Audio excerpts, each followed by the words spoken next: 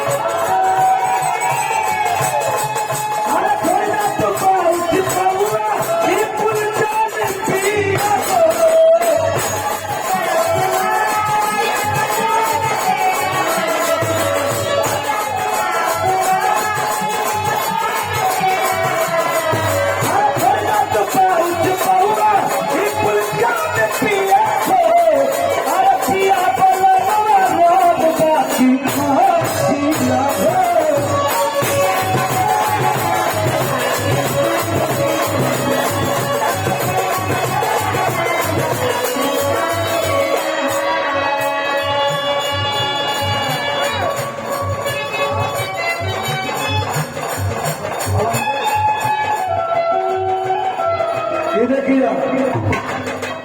101 रुपया का पुरस्कार पवन पांडे कनाडा के धरती से आप अध्यक्ष साहब की तरफ से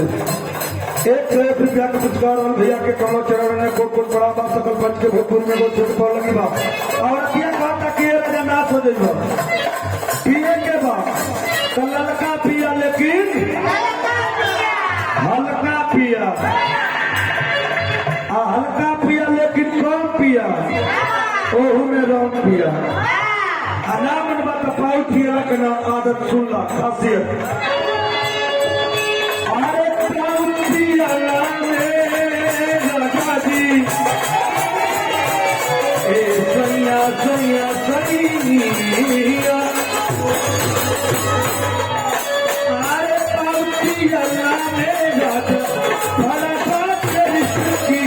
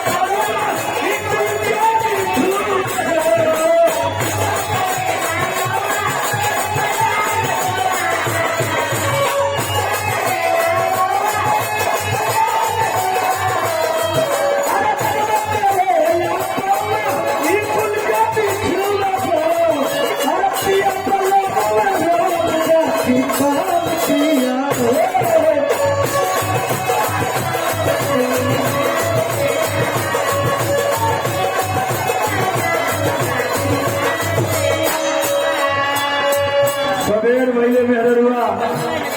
दुआरी को बैठल बा हमारी मंदिर देवर ये मनोज भैया पूछत बा के भोजरतिया का कैसन हल्ला कैसन भैया के डांट रहू तब भौजैया बताओ दिया क्या कहती है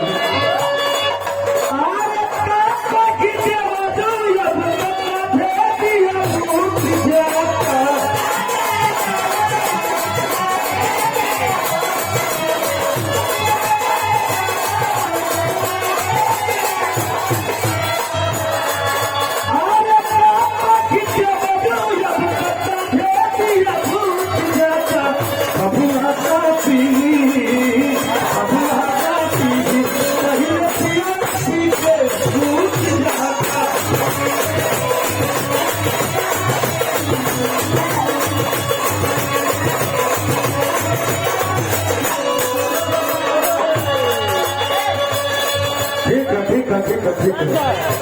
अरे भाई सिलेंडर की व्यवस्था छोटा भाई है कैसा तुम्हारे आँख चमकत तुम्हारे आँख हमारा चलाई दिया घरे से मंगौनिया घरे से मनोल से इतना परेशान होकर प्रतिभा लेके आया है। प्रतिभा छोटा भाई है। रुका रुका रुका रुका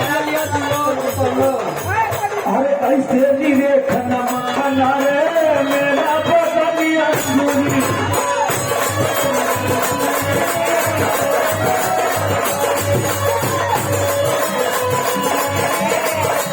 ये देखिए हमारा छोटके भाई के तरफ से प्रदीप मुन्ना के तरफ से साउंड ऑपरेटर